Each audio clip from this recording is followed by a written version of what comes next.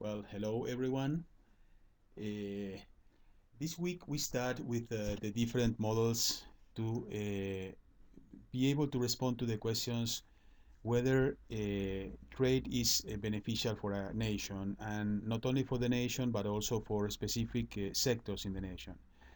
And the intuition that we will gain is that as a whole, international trade is beneficial, but you will always have winners and losers.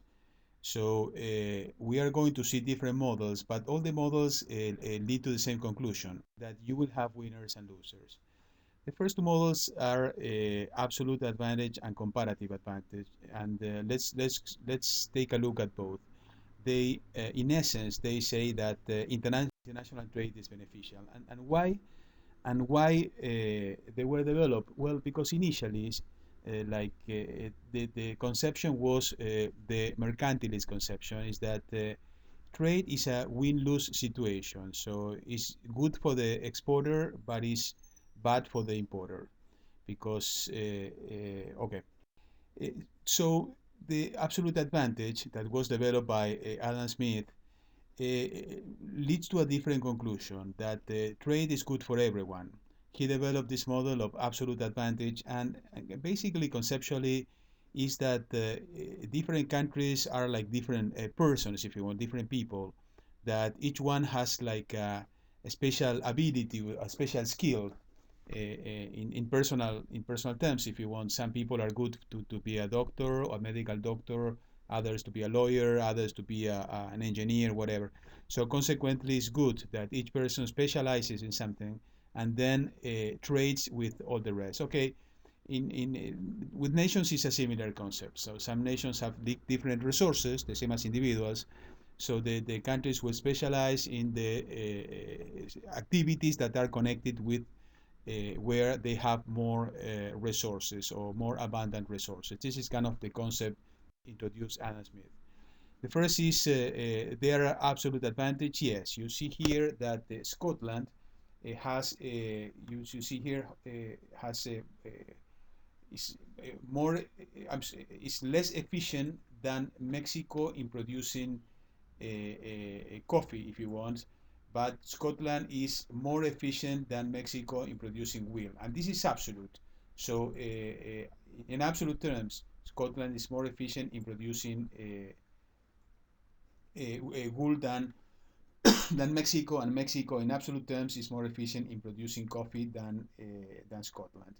So this is the absolute advantage. So the conclusion of this, or the recommendation is, okay, so Scotland should specialize in producing wool or sweaters or whatever, clothes, and Mexico in producing coffee. And then it is beneficial for both to start exchanging. Okay, but this is a kind of if you want complex, if you want, because many times countries are more efficient in many things, or more efficient in probably everything than other countries. So consequently, if you compare the efficiency, in that case you will get to the conclusion that some countries will want to trade and some countries will not want to trade. So the ones that have these advantages, this comparative advantage, will want to trade, and the others that do not have these advantages don't want to trade ever. This is David Ricardo that brought a more a wider view, and he introduced the concept of comparative advantage, not absolute but comparative advantage.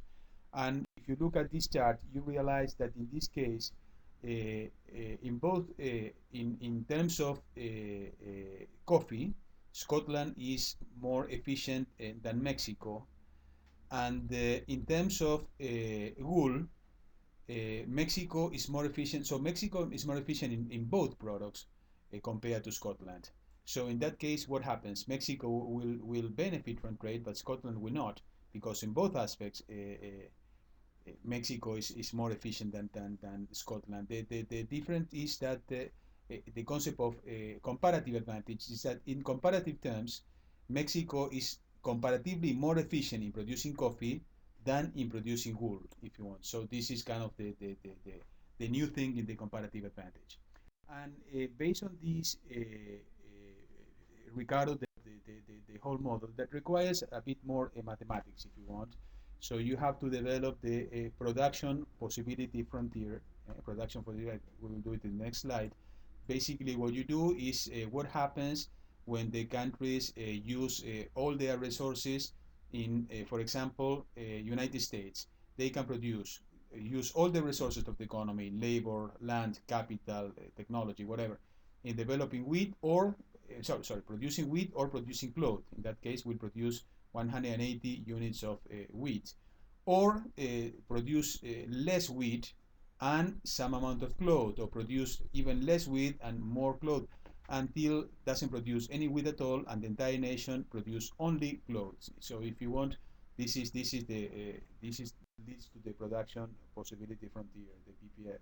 So here you have cloth here, wheat here, and this is the curve that describes these numbers here. So in that case, you once you have it built, you realize that you will always try to produce on the line, because it's impossible to produce above the line and it's inefficient to produce below the line. So the country will have the possibility of producing either here or here. Okay, so in that case, you confront two countries and you realize that they both have comparative efficiencies. For example, it seems that the US is more efficient in producing wheat comparative to UK, that is less efficient in producing wheat. The US is less efficient in producing clothes comparative to the UK, that is relatively more efficient in producing clothes. So if you engage in trade, you will realize that for the US if it start trading with the UK, will benefit in producing wheat, which is more efficient, and leaving some part of the cloth to be produced in the UK and import from the UK. And the same with the UK, that they will produce more clothes and less wheat and import from um, from the US. So in that case, you see that consumption will increase. So now will be this consumption versus this one, and here the same here. You have this consumption versus this one. So you will see that both countries benefit. Okay, so far all these explanations lead to the conclusion that trade is beneficial. So it's kind of idealistic situation. Okay, it's a big defense of free trade. Okay, but now we will introduce other models that show the opposite, that yes, trade is beneficial, but you will have always winners and losers. So the first model is called the trade model. And the concept here is the increasing amounts of another item must be given up in order to release sufficient resources to produce one more unit for the. So there is the concept of the opportunity cost, and this is kind of a very interesting new piece of information that you incorporate in the model. And in that case, you see that instead of having, as before, a straight line, now we have like a curve, this curve. And the reason for this curve is because once you start, it's the concept of opportunity cost that first helps. So instead of, if I drew the straight line here, you see that first when you start producing less X and more Y, at first the opportunity cost is so high in producing Y that the curve is kind of takes off compared to the straight line that put together these two points. So at first you have like a benefit, so that's kind of an efficiency.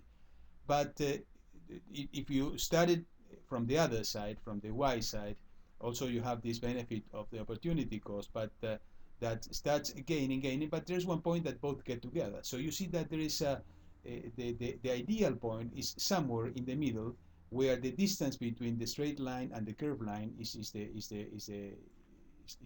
largest, if you want.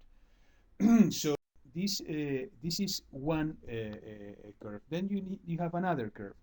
You have to remember that all these models were developed in the 19th century by the utilitarians, that they developed all this concept of utility. Utility is something like happiness, if you want. So what makes someone happy? So in that case, you have the different utility curves that in this case is called the indifference curve map. It means that how much utility, how much happiness does it give you the consumption of Y or X. This is clearly on the consumption side, on the demand side. So you are analyzing how happy is one person by consuming some amounts of Y or X, if you want. So in this case, this first line gives you some level of happiness, but this second line will give you more happiness, more utility, because you are consuming more of both, more X and more Y. So and this gives you even more happiness. So you are consuming even more X and Y. So this is kind of it leads you to go to the concept of utility. So you are in one side considering the production, the cost of production, and the other the happiness, the consumption, if you want. So when you put together both curves, and this is an outer key, that means that the country is not trading internationally. So this is a closed economy. So you have the FPP, the frontier of production, if you want, of the two products, and then you have the opportunity cost. I'm sorry, PPF, production possibility frontier, and then you have the indifference curves. And so the point where both are tangent, it gives you the point where you have the maximum level of production, of course, touching the maximum level of satisfaction or utility or happiness or whatever. So this point where both curves touch each other is where you have the best level of happiness for the community, if you want, where both producers and consumers will be happier, if you want. So, and this leads to this straight line that somehow it gives you an idea of the slope of the tangent is the relationship between the prices of the two products, X and Y. So when you compare both countries, the US and the UK, whatever, you compare both countries and you realize that both countries have different levels of efficiency. And so in this country is relatively more efficient in producing Y than producing X. This country is more efficient in producing X than producing Y. So these countries have different efficiencies, this comparative advantage that we talk in the last theory. So you notice that you put the PPF, the production possibility frontier, touching the indifference curve, that is the maximum happiness, the maximum production in this nation. And here you put the PPF, the production possibility frontier, touching also the indifference curve, and you have this line.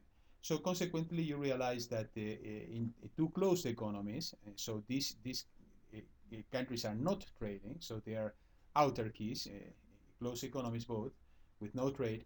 So this is going to be the relative prices between X and Y, and this is going to be the relative prices between X and Y.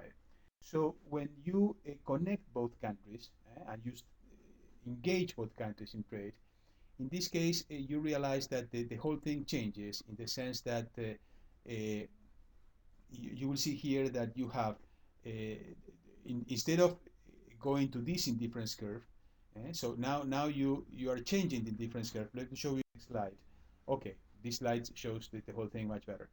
So you see how now the XY, the relationship with the prices is the same in both. So now you have this line. So in this case, the production is the production of both countries together. So the indifference curve in this country is going to be much higher with trade than the indifference curve without trade. And the same here. The indifference curve is going to be much higher, so much more utility, much more happiness with trade than without trade. So consequently, what you are saying is you are demonstrating what conceptually you know, that is that if both countries have this difference I mean, this is what we discussed in the previous model, in the Ricardo model, but now with more specific mathematics, confirming what the previous model described. You see that some specific sectors, here you see very clearly, for example, that without a trade, this is the level of production of the product Y. And with trade, this is the level of production of product Y. So you see that the country, this country, the nation one, is producing less Y with international trade. Something similar happens with in the other country. Here is more difficult to see. So you see that the product X, this is the amount of product X produced without trade, and this is the amount of product X. It's a little bit to the left, if you want. It's producing less X. So consequently, you see that there is less production. So the producers, the labor in those nations of Y and X respectively suffer. So this is kind of the conclusion. So in the area where you are more efficient, if you want, you will suffer because of international trade. You are exposing your products to international competition, and your prices may go down, or the levels of production may go down. So consequently, you will have winners and losers. So the winners and losers are not in the consumption side. The winners and losers are on the production side. So the labor or the companies that produce those products, they will suffer because of trade.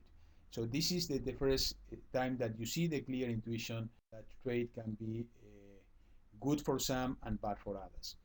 Okay, then you have another model that is the Heckscher-Ohlin model that is also very powerful and very famous. And there are some other models.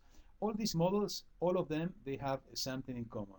That is, they are all related to the resources of one nation. And you will see how countries that are abundant in one specific resource have they benefit from trade, while the countries that have some scarcity of that product, uh, they, they, they, they lose because of trade. But there is another concept that is interesting here. In all these models here, the basic concept is what's called imperfect competition, and this is another important intuition. So because of imperfect competition, trade can be bad for some countries. So that is the creation of international monopolies, if you want.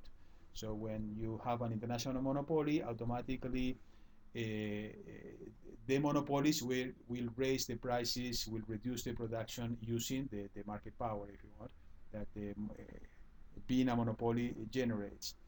So you will see here that having a monopoly like Boeing, for example, for many years was the only producer of big aircrafts. So it was like an international monopoly. Okay, that's good for Boeing, but it's bad for the countries that need to buy from Boeing, because this is like buying from a monopoly produces higher prices and lower volume of sales. Okay, let's talk about the Heckscher-Ohlin model. Uh, the concept behind the Heckscher-Ohlin model is similar to what we saw before, is that a country will try to export or will benefit by exporting the product that has abundant resources, and will import the product that has scarce resources. And automatically you see the conclusion. It's relatively easy to visualize that. Let's say that this country has this amount of resources and one resource, and this amount of another resource. While it is a closed economy, the sector of the economy that has a scarce resource will become like a monopoly, in the sense that it has more demand than supply, if you want. So consequently, we'll be able to establish relatively high prices. However, when you open the economy and this sector that has relatively scarce resources, so small production, automatically will have to compete with other countries that have a lot of that resource. So consequently, prices will go automatically down, and the level of production will eventually go down too. So this sector of the economy that has a scarce resource with trade will automatically lose prices, or prices will go down, and will lose market share or whatever, because we have a competitor overseas. And the opposite happens with one sector that has a lot of resources. When the sector in one country has a lot of resources and cannot sell that the whole thing in that country, because supply is going to be substantially larger than the demand. So consequently, the prices will go down. But with trade, the situation changes entirely, because this country will be able to export to the rest of the world these products, consequently will be able to raise the prices, and consequently the whole thing is beneficial. But there is also a cross effect. That is, the sector of the economy that has a small resource, because of trade, will start not only selling less at lower prices, but also the factors of production, like labor, will become more expensive because the other sector, the sector that has a lot of resources, because now will be able to export, consequently will pay higher salaries, will pay higher for land, will pay higher cost of capital, whatever. Consequently, this small sector will need to start paying a higher cost of resources, so higher cost of capital, higher cost of labor, higher cost of land, whatever. So this small sector is suffering not only from lower prices, but also by larger costs. So clearly you see that this concept of um, winners and losers is absolutely true, and this is what the Excel all-in introduces, not only in prices but also in cost factor cost of factors. Okay, so well, this is what I told you. No, this the second concept here is the cost of action. So you are comparing two countries. One has abundant capital and the other abundant labor. So the capital labor is shows that clearly one country has more abundant of one of the resources and less of the other resources. So when you start changing, engaging both countries in international trade, you will realize that this country has a lot of is very efficient in the factor of production behind Y. We're not looking at the product. We're looking at the factor of production, if you want. And this country is more efficient or has more resources behind the product X. So when you engage both countries in trade, you start looking at the situation.